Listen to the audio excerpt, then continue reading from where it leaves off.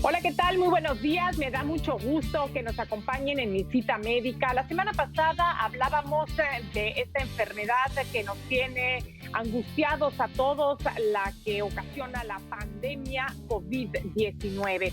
Hoy vamos a abordar el tema del tratamiento y también un punto que me parece muy relevante, que es el sector de la población que se afecta con mayor gravedad, el que suele tener más complicaciones, y vamos a escuchar el siguiente reporte.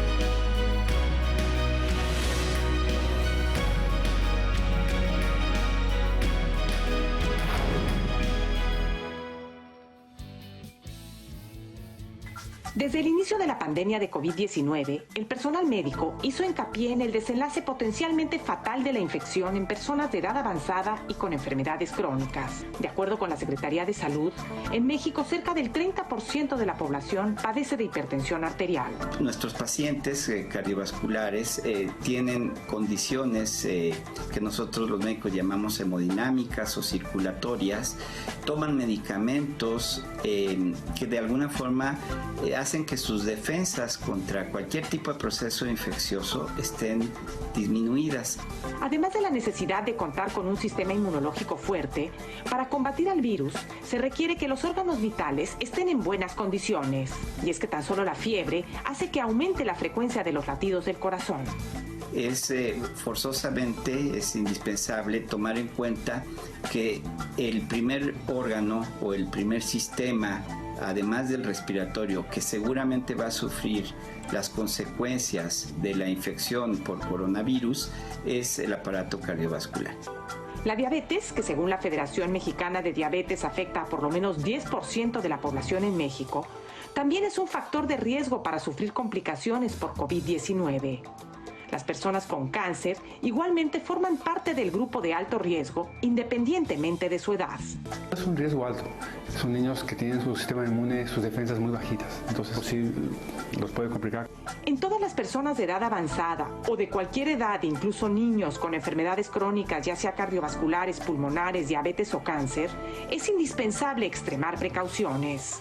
Bien aisladitos, muy buen aseo de manos y sobre todo que no vayan a lugares muy concurridos. Es lo de siempre, pero todavía más extremo, ¿no? Mucho cuidado del lavado de manos, no estar con gente enferma, no ir a lugares concurridos, es como que lo más importante.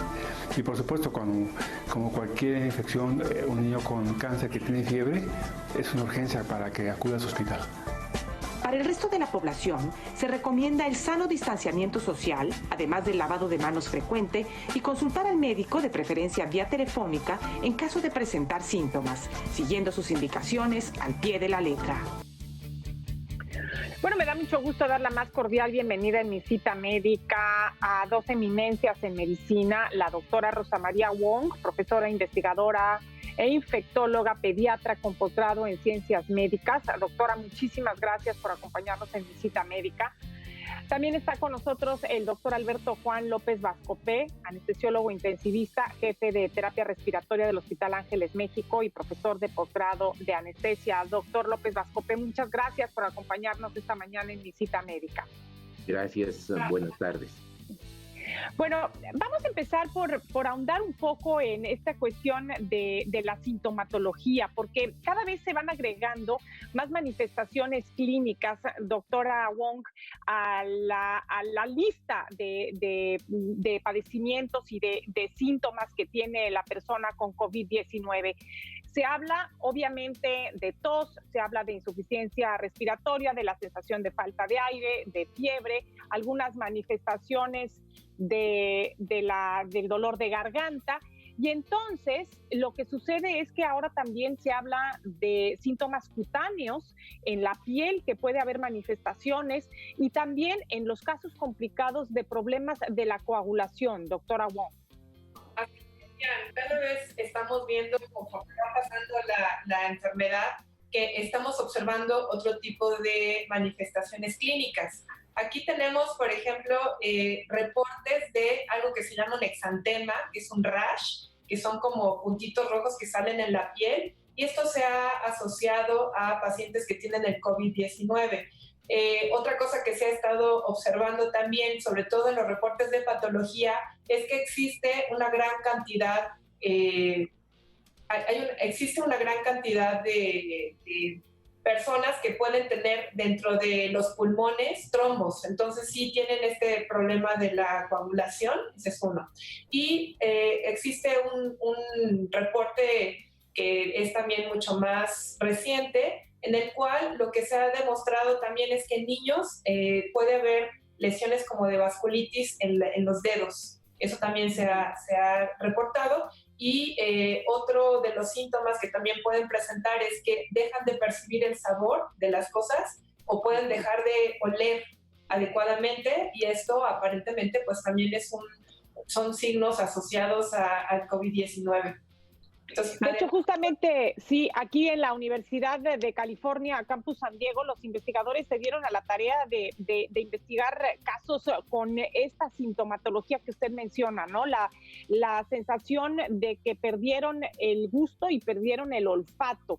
Estos síntomas que consideran pues neurológicos, esta sensitividad hacia el olfato y hacia el gusto se pierde, y mencionan en este estudio que las personas que perdieron el gusto y el olfato tienen 10 veces más posibilidad de estar infectadas con COVID-19. Así que esto verdaderamente podría ser uno de los síntomas iniciales. Doctora, y en el caso de las manifestaciones cutáneas, ¿hay algún tiempo de duración de esto? ¿Suele ocurrir antes, durante, después de que se diagnostique el padecimiento? ¿Y cuánto duran?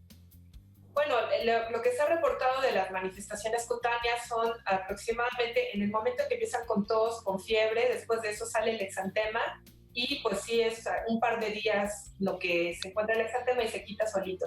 Es como el exantema asociado a otras enfermedades infecciosas. Sí. Sí, doctora, y bueno, generalmente se habla de que la sintomatología pasa después de cierto tiempo, pero cuando sobrevienen las complicaciones, ¿hay una temporalidad de esto, de que las complicaciones sobrevengan más frecuentemente a la segunda semana o después de esta? Sí, Diana, yo creo que esa es una pregunta muy, muy importante para el público en general, para que sepan que la primera parte, que es la primera semana, los pacientes tienen una enfermedad parecida a una gripa, ¿sí? Puede ser que tengan infección, tos, fiebre, dolor de garganta. En la segunda semana es cuando se puede observar este empeoramiento, o pueden empezar a tener problemas de dificultad respiratoria y afección a los pulmones. Y durante la tercera semana es cuando se refiere que puede dar este síndrome respiratorio agudo severo, en el cual ya hay una afección pulmonar muy importante. Entonces, si empieza con una infección leve, se puede después complicar a la segunda semana, y a la tercera dar esta respuesta inflamatoria severa en los pulmones. Sí. Doctora, vamos a hacer una pausa y regresaremos con el tratamiento, que es uno de los puntos que se quedó pendiente la semana pasada, justamente las opciones terapéuticas a las cuales pues recurren los médicos para tratar a los pacientes con COVID-19. Vamos a hacer una pausa, volvemos.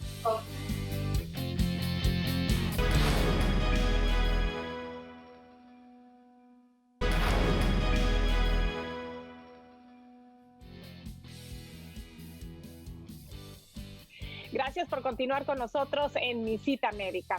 Bueno, pues hay varias opciones terapéuticas para tratar a los pacientes con COVID-19. Como sabemos, no hay un medicamento específico que esté demostrado que cura la enfermedad. Sin embargo, hay varias opciones que se están tratando. Una de ellas es el plasma convaleciente. Veamos de qué se trata.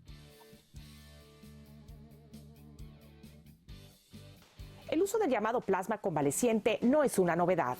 En la pandemia de gripe de 1918, así como en los brotes de poliomielitis y sarampión, entre otros, se demostró la utilidad de aprovechar ciertos elementos de la sangre de personas que se curaron de estos padecimientos virales y administrarla ya sea a enfermos para acelerar su recuperación o a personas sanas para evitar que contraigan la infección. El procedimiento en la actualidad implica ciertos pasos. La plasmaféresis es un procedimiento que se utiliza mediante tecnología, no es sencillo, es un procedimiento en el cual tenemos que estar sometidos a todo el protocolo cuando uno va a donar sangre. Esa es la obtención de un contenido de la sangre que es el plasma. Tras estudiar la sangre para que sea segura, se coloca en un aparato para separar sus diferentes componentes. Es justamente en el plasma donde se encuentran los anticuerpos que desarrollaron las personas enfermas para combatir las infecciones. Hace 5 días se publicó un estudio realizado en Estados Unidos en el que se administró plasma de pacientes que habían recuperado de infección a cinco pacientes y se logró una disminución de la viremia y una recuperación clínica considerable. Si bien esta muestra es pequeña para hacer una recomendación universal, hay varios estudios en curso para demostrar la utilidad del plasma convaleciente tanto para el tratamiento de los pacientes infectados como para la prevención, que probablemente sería solo a corto plazo, pero podría, de comprobarse su eficacia y seguridad, representar una opción para el personal de salud que está en contacto constante con las personas que padecen de COVID-19. En unos instantes vamos a hablar acerca de los medicamentos y las combinaciones de fármacos que se utilizan actualmente para tratar a los pacientes con COVID-19. Pero sin duda uno de los puntos clave cuando hay insuficiencia respiratoria, cuando existe esta sensación de falta de aire importante y la saturación de oxígeno del paciente, la cantidad de oxígeno que tiene en la sangre disminuye, poniendo en riesgo la oxigenación de su organismo, es necesario la ventilación mecánica, la terapia respiratoria. Doctor López Bascope, ¿en qué consiste la terapia respiratoria que se administra a los pacientes con COVID-19 y en qué casos está indicada? Hola, gracias y buenas tardes. Miren, el problema de esta enfermedad, que es una enfermedad multisistémica, pero que tiene una cierta predilección por el sistema respiratorio. ¿Qué es lo que tenemos hasta ahorita? Ya se había hablado acerca de la sintomatología, cómo se presenta, pero ¿qué es lo que realmente al paciente lo va deteriorando más y que hace que el paciente se sienta tan mal para que acuda a su médico o acuda al hospital? Es el problema respiratorio, porque puede haber un poquito de fiebre, un poquito de falta de sensación en la lengua o en el olfato, pero lo que realmente le lleva al paciente es esa sensación de no poder meter el aire. Y cuando llega en el hospital, en el triage principal más importante es el respiratorio. Y en ese respiratorio lo que nosotros encontramos es una gran sed de aire que tiene el paciente y aunado al monitoreo en ese momento se va viendo de que la capacidad de sus pulmones para meter el oxígeno en su sangre va disminuyendo. Y en ese momento en el hospital o en el área de triage se ve que los valores ya han disminuido 10, 20, 30% de los valores normales. Y entonces esta sensación de falta de aire, el paciente lo trata de compensar respirando más profundamente, jalando mucho aire. Esto es un círculo completamente malo porque es un círculo vicioso, hace trabajar más al corazón, hace gastar más oxígeno que no tiene en ese momento el paciente. ¿Qué hacemos nosotros en ese momento? En ese momento pues hay que asistirlo al paciente, aparte de todo lo demás que está haciendo el grupo médico en la parte respiratoria. El terapeuta respiratorio lo que hace de primera intención es continuar ese monitoreo respiratorio, ponerle el aporte de oxígeno externo, que puede ser unas puntas de oxígeno, puede ser una mascarilla, pero si es que esto sigue progresando, porque puede progresar o el paciente ya viene en una etapa más avanzada de esto, el simplemente colocarle puntas de oxígeno no funciona o no es suficiente. Entonces en ese momento se coloca algún equipo que pueda meter ya presión, pero por fuera todavía del organismo. Eso significa colocarle una mascarilla nasofacial o unas puntas de oxígeno que se llaman puntas de alto flujo, que disparan oxígeno a alta concentración y que le asisten al paciente.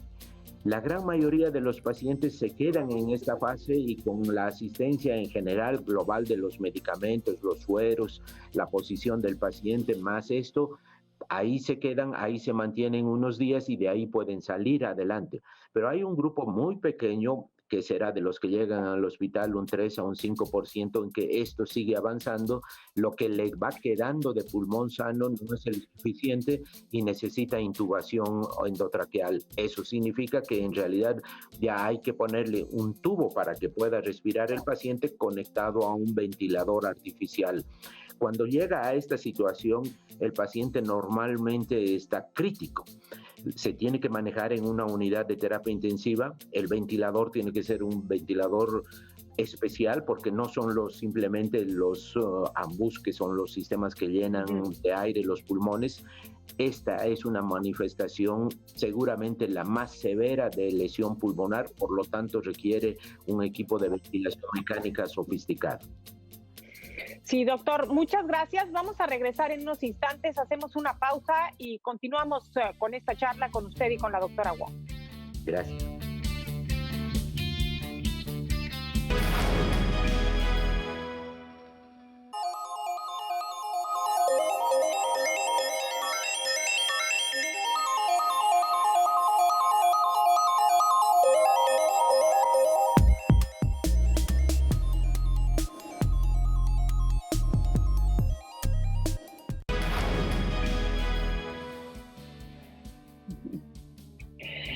Gracias por continuar con nosotros en Mi Cita Médica. Bueno, pues hay varias modalidades de tratamiento que se están empleando para tratar a los pacientes con COVID-19, todos en el ámbito hospitalario, y hay combinaciones de fármacos. Doctora Wong, ¿cuáles son los más comunes y los que hasta este momento mejores resultados han dado? Sí, Diane, es muy importante hablar sobre el tratamiento. Es importante también que la gente sepa que solamente se da el tratamiento en estudios clínicos controlados alrededor del mundo.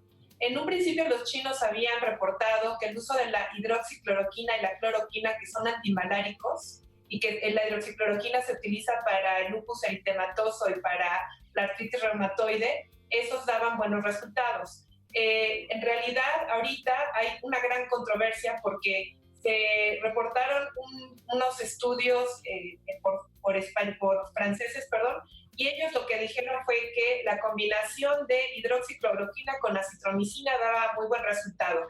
Sin embargo, este estudio es muy pequeño, tiene algunas fallas metodológicas y acaban de sacar otro estudio donde dicen que en 9 pacientes que estaban muy graves les dieron la hidroxicloroquina y no hubo ninguna diferencia. Entonces, lo que tenemos que hacer es esperar a que salgan los resultados de estudios mucho más grandes, con un número mayor de pacientes, con una fortaleza metodológica mayor para que podamos llegar a alguna conclusión.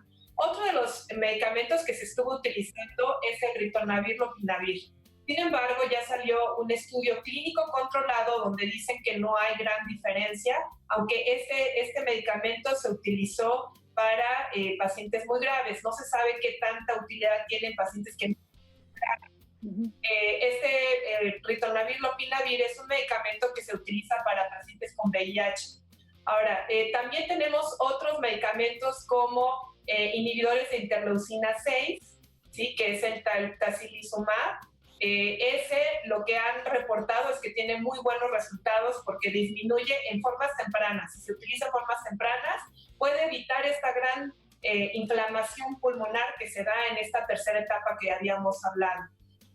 Otros que están con, si se da o no se da, y también hay estudios clínicos sobre esto, sobre esteroides para bajar también la inflamación y evitar esta inflamación tan importante en el tercer momento. Y hay un antiviral nuevo que se utilizó para el ébola y para el SARS en el 2002, que es el remdesivir, y también hay estudios clínicos controlados que se están realizando en este momento en Estados Unidos para ver si funciona o no. Hasta el momento no hay ningún medicamento antiviral que sea total y completamente efectivo. Varios que están tratando de ver si funcionan o no funcionan.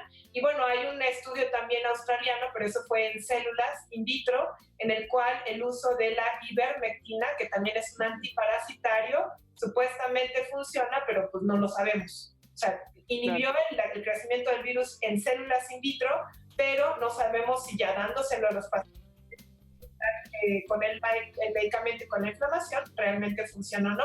Y por último, la nitazoxanida, que también es un antiparasitario, también han dicho que puede tener un efecto inhibidor en el virus, pero clínicamente no hay ningún estudio todavía. Muy bien, doctora, vamos a hacer una pausa y vamos a regresar con otro punto sumamente interesante, que es el de la vacuna, el del desarrollo de una vacuna contra este virus que ocasiona a COVID-19, el SARS-CoV-2. Volvemos.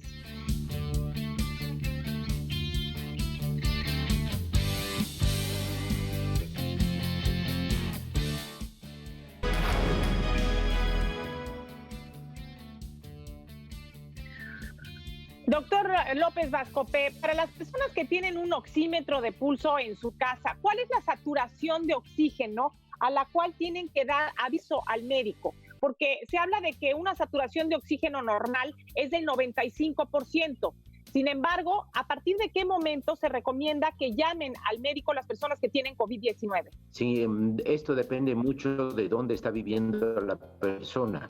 96, 98 es, por ejemplo, para cualquier persona que está a nivel del mar, por ejemplo, Acapulco podría ser. Pero si vive en una ciudad como la Ciudad de México, que estamos a 2.100 metros del nivel del mar, ese valor 96, 98 no es el normal, sino entre 92 a 94. ¿Cuándo consideramos nosotros? Cuando está por debajo de 90, y esto se asocia además a la frecuencia cardíaca alta.